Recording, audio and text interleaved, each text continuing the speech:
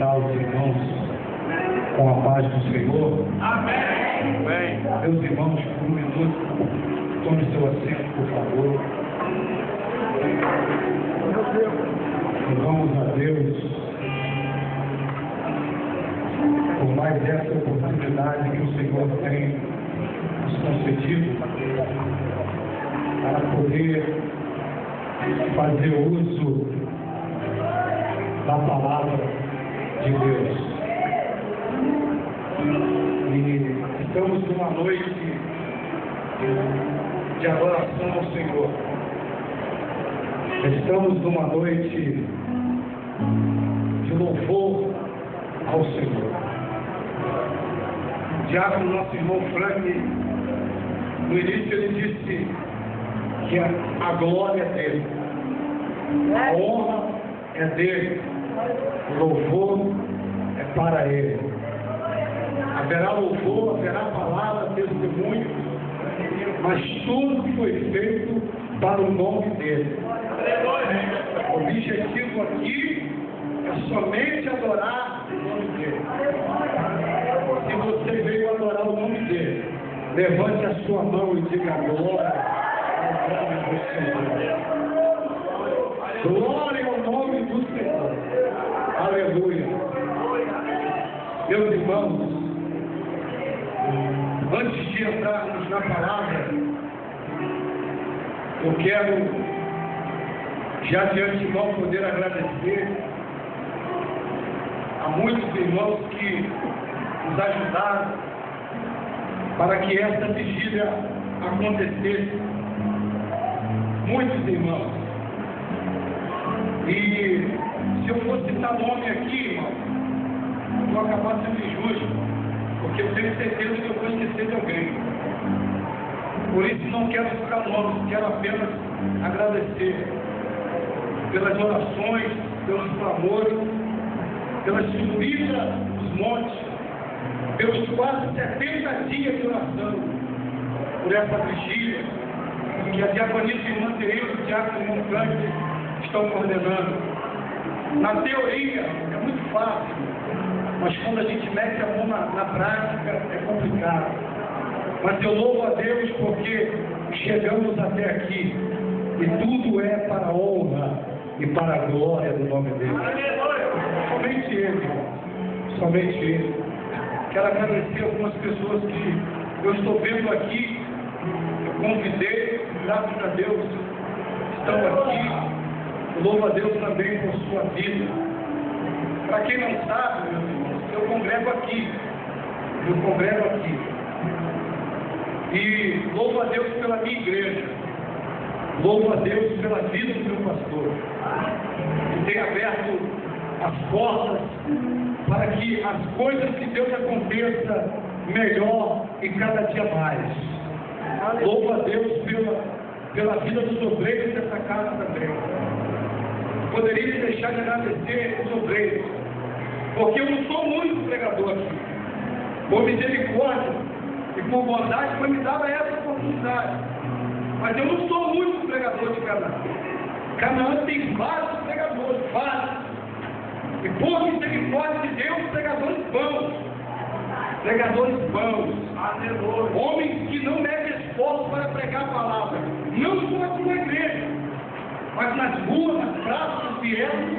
Eu posso dizer isso porque Canaã tem. Canaã, como disse meu pastor Simil, é um celeiro. Canaã é um celeiro. Né, meus irmãos? Eu sei que eu estou diante de grandes pregadores. Eu sei disso.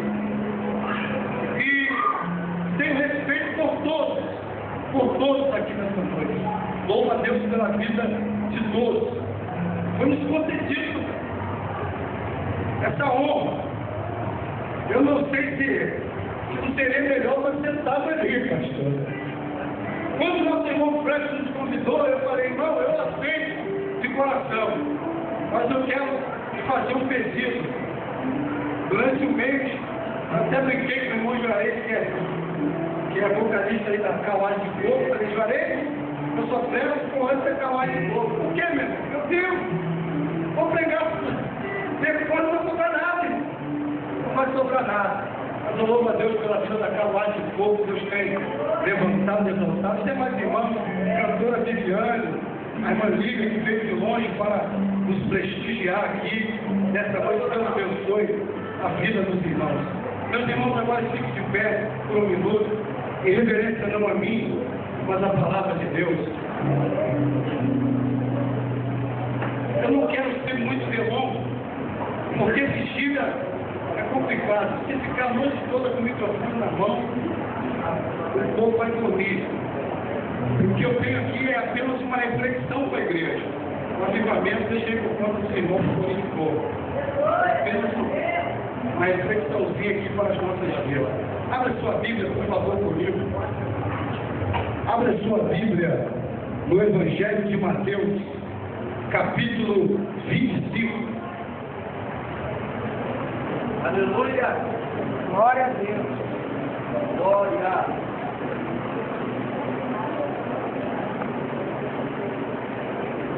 Evangelho segundo São Mateus, capítulo 25.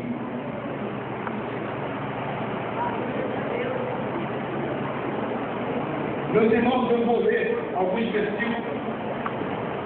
Minha igreja apenas acompanha. A tradução da minha Bíblia é um pouco diferente, mas o significado são o mesmo. Diz assim a palavra de Deus. Então, o reino dos céus será semelhante a 10 virgens, que tomando as suas lâmpadas, saíram a encontrar-se com o noivo. 5 dentre elas eram nécias e 5 prudentes. As nécias, ao tomarem as suas lâmpadas, não levaram azeite consigo. No entanto, as prudentes, além das lâmpadas, levaram azeite nas vasilhas. E tardando o noivo, foram todas tomadas de um sono e adormeceram. Mas à meia-noite ouviu-se um clamor: aí vem o noivo. Eu vou ler novamente o versículo 6, que é o tema da vigília. E a igreja repete comigo, por favor. Após eu ler, a igreja em seguida repete a leitura. Mas à meia-noite ouviu-se um clamor: aí vem o noivo. Sai ao encontro dele. A igreja.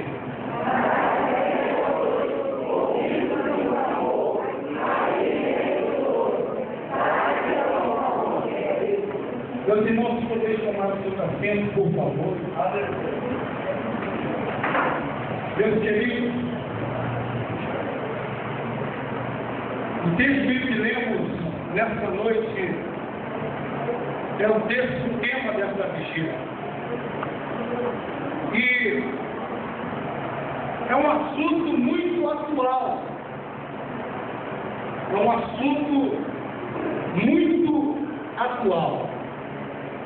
Quando o tema dessa vigília foi colocado, me acendeu uma preocupação, que era tentar pregar em cima do tema, Eduardo. Porque às vezes nós que temos o hábito de pregar, em algumas ocasiões, não executamos a mensagem em cima do tema. Às vezes, somos até surpreendidos quando chegamos na igreja, vamos descobrir qual era o tema da mensagem. Mas graças a Deus que nós tomamos ciência desse tema desde o início do projeto dessa vigília. E eu coloquei no meu coração o desejo de pregar em cima do tema. Porque além de ser bom você trazer algo em cima do tema, o tema é sugestivo.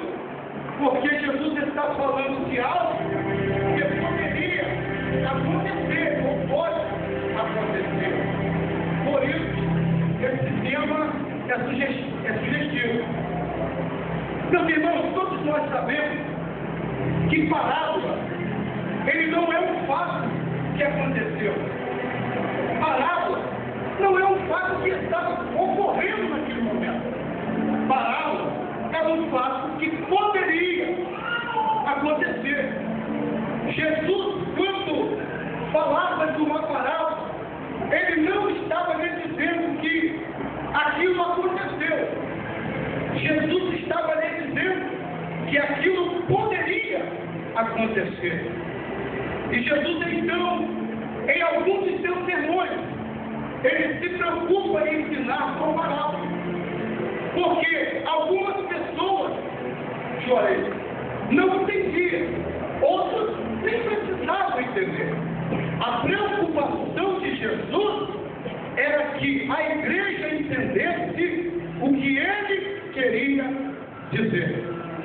É muitas das vezes, eu digo muitas das vezes, porque nós, pregadores, temos o hábito de ler o texto e não explicar da forma clara, não porque não queremos, entenda bem, é porque às vezes não temos o tempo necessário para explicar uma história. Porque todo texto, todo livro tem uma história. E se você for narrar toda a história para chegar no conteúdo, você vai demorar horas. Agora imagina a gente como diz, vocês vão conduzir e eu não vou concluir a mensagem. Mas não será aqui dessa forma. Por que estou falando isso, meus irmãos? Porque a parábola está falando de 10 virgens, de 10 moças virgens. E se você acompanhar a Bíblia comigo, você vai ver que Mateus se preocupa em dizer que as virgens estão comparadas com o reino dos céus. A comparação que Jesus queria colocar está ligado ao reino dos céus. Jesus está falando de salvação. Jesus está falando de santificação. Jesus está falando de azeite na vasilha. Jesus está falando de luz. Jesus está falando de arrebatamento da igreja. Jesus não está falando isso. Verdade. Jesus não tem outra. A parábola das 10 virgens trata-se do arrebatamento da igreja. O versículo 6, destacado para o tempo, diz o seguinte: mas à meia-noite ouviu-se aí vem, sai ao encontro dele. Durante algum tempo, meus irmãos, eu, por exemplo, acreditava que essas 10 virgens que a Bíblia fala estavam na posição, no lugar da noite. Eu acreditava, reverendo Bruno, de que as virgens ali eram a noite e de que Jesus iria levar os 5 prudentes e as loucas 5 ficariam. Porque se você ler o texto, dá a entender isso. Mas na verdade Jesus sim está falando que levará os prudentes e as loucas ficará. Mas elas não estão à noite. Pelo contrário, a gente lendo um pouquinho, descobrimos que elas eram nada mais, nada menos do que 10 damas de honra para um casamento. É por isso que eu lia o texto e tentava entender como que um noivo na parábola vai casar com 10 filhos, apesar de que a cultura judaica permite. Mas como o evangelho ele é transcultural, ele invade toda a cultura, eu falei, Jesus Cristo aqui está dando a entender que o noivo estava esperando ou se preparando para 10 noivos. Até pensava que isso representava a continente, até pensava que isso representava a nação, mas na verdade não era nada disso. descobrimos que a virgem ali era 10 damas de honra. Eram 10 amigas da noiva. Eram pessoas exclusivamente separadas. Eram pessoas exclusivamente selecionadas.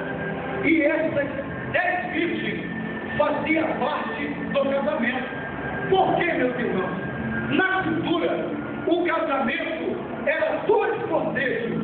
Um da parte da noiva e outro da parte do noivo. Sendo que na cultura judaica era diferente. Na nossa cultura, quando se fala um casamento na Assembleia de Deus de Jardim Canaã, o que se vê? Nós chegamos na igreja, o pastor sempre tem que chegar mais cedo, aleluia, os preparativos já estão, o noivo e os padrinhos chegam e a noiva sempre atrás. Estou dizendo que isso é só aqui não, irmão. Isso é em qualquer igreja, isso é tradicional. Na nossa cultura é tradicional a noiva se atrasar. E quando a noiva se atrasa, ela se prepara para encontrar-se com o noivo. Ora, no casamento da nossa cultura, o primeiro encontro ainda é na igreja. Mas quando ela chega, todo o foco de luz é para ela.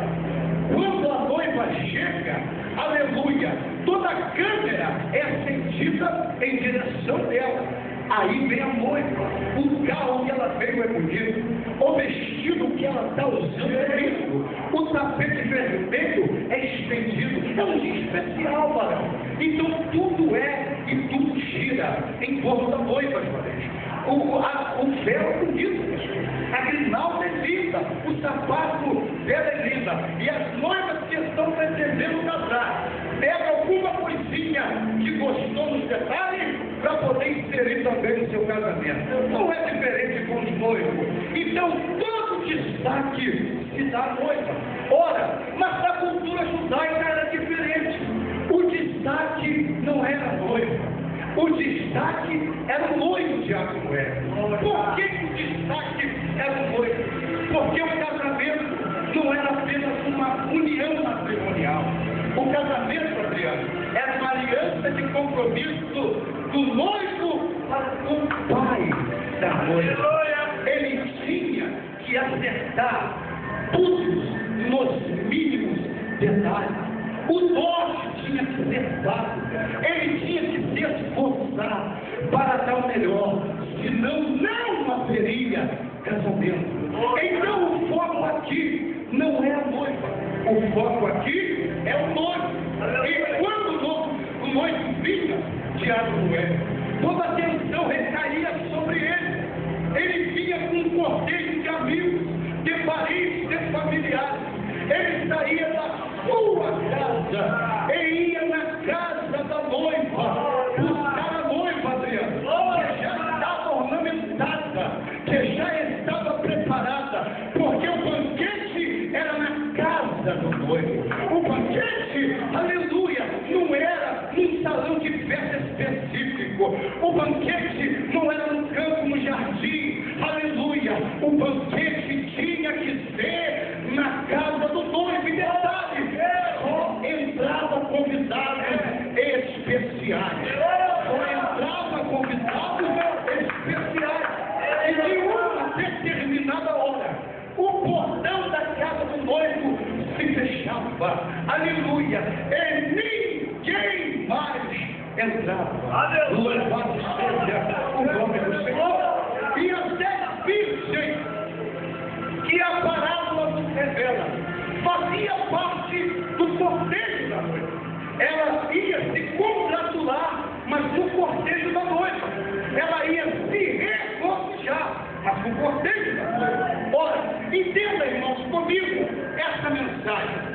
Se as 10 virgens eram pessoas detalhadamente escolhidas, se as 10 virgens eram pessoas que tinham que representar a pureza da noiva, as virgens, ela demonstrava de que a noiva Eduardo era pura.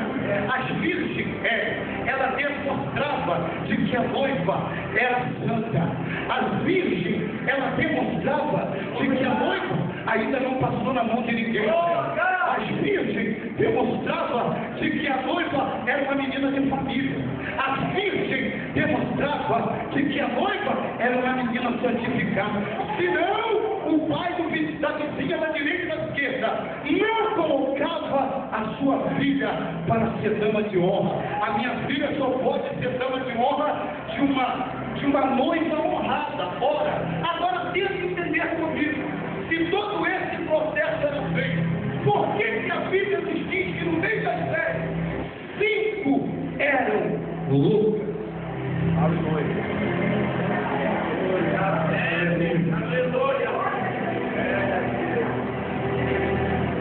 Por acaso seria possível que passasse desapercebido da noiva ou dos pais da noiva que aquela espírito lá não tinha a sua linha de raciocínio normal? Porque a Bíblia diz que 5 eram loucos. A Bíblia diz que as loucas estavam ali, junto com as prudentes. Estavam no meio. Estava tudo junto. Aleluia. A minha atenção recai sobre esse ponto. Diz a Bíblia que elas adormeceram, elas caíram no sono. A Bíblia diz que a fadiga e o cansaço dominaram o seu corpo físico e elas caíram no sono, num profundo sono, porque na cultura também era de costume que o noivo se atrasasse.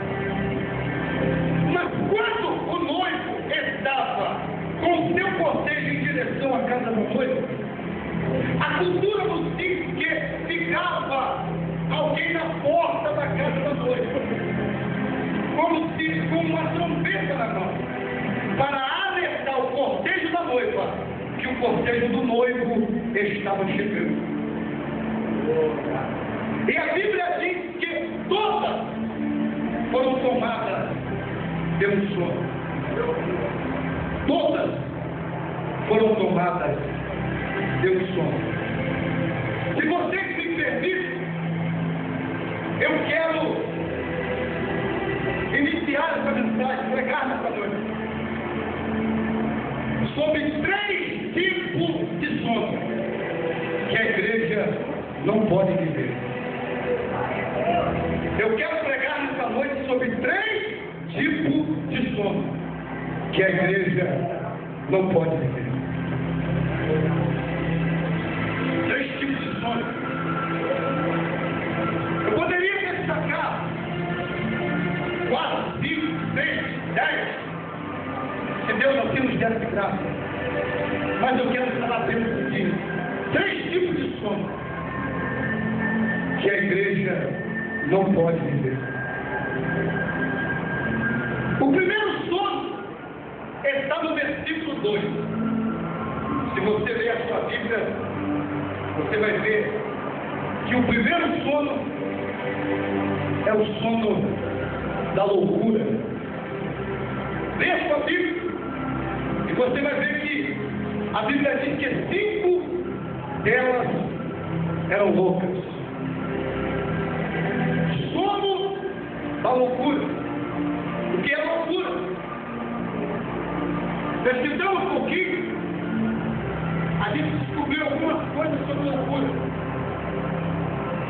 É uma das coisas que eu descobri, que o louco, ele não tem a linha da razão. O louco, é claro, ele perde a razão. É um distúrbio mental, jovem. O louco, ele flutua. Ele não pisa no chão. O louco cria um mundo virtual em torno de si. Não estou falando de internet, estou falando de mundo sistema. O louco, ele cria um mundo em volta dele e às vezes esquece que existe um mundo em volta de todos. O louco, ele perde a linha do respeito, da moral, da integridade, da santidade, da verdade, da justiça e do juízo.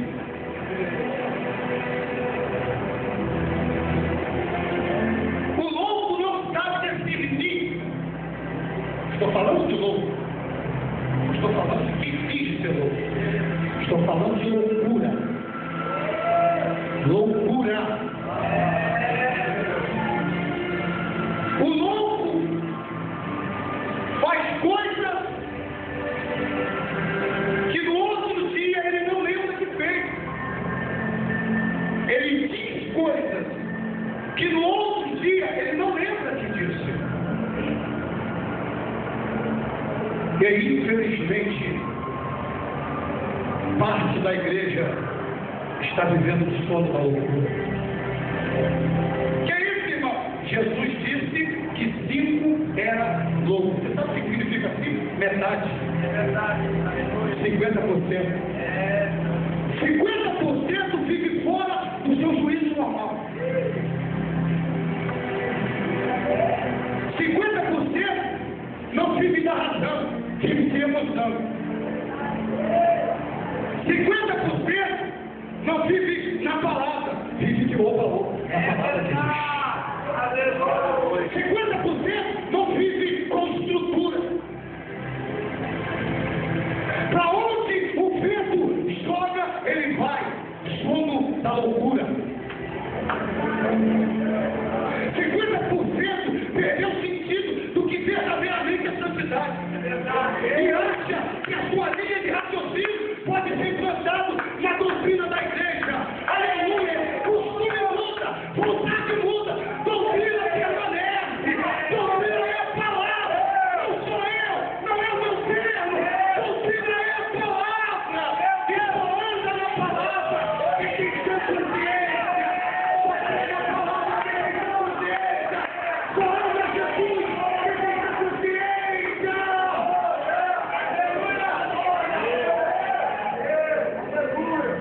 Quem é louco está no complexo alemão agora, porque não tinha comida. Aleluia! Quem é louco está dando a sua vida pelo espaço geográfico. Que quando ele morrer, não vai ficar de herança nem do Chile. É arriscado vir outro formar. Quem é louco acha que pode pecar, encobrir o pecado e enganar o poder. Quem é louco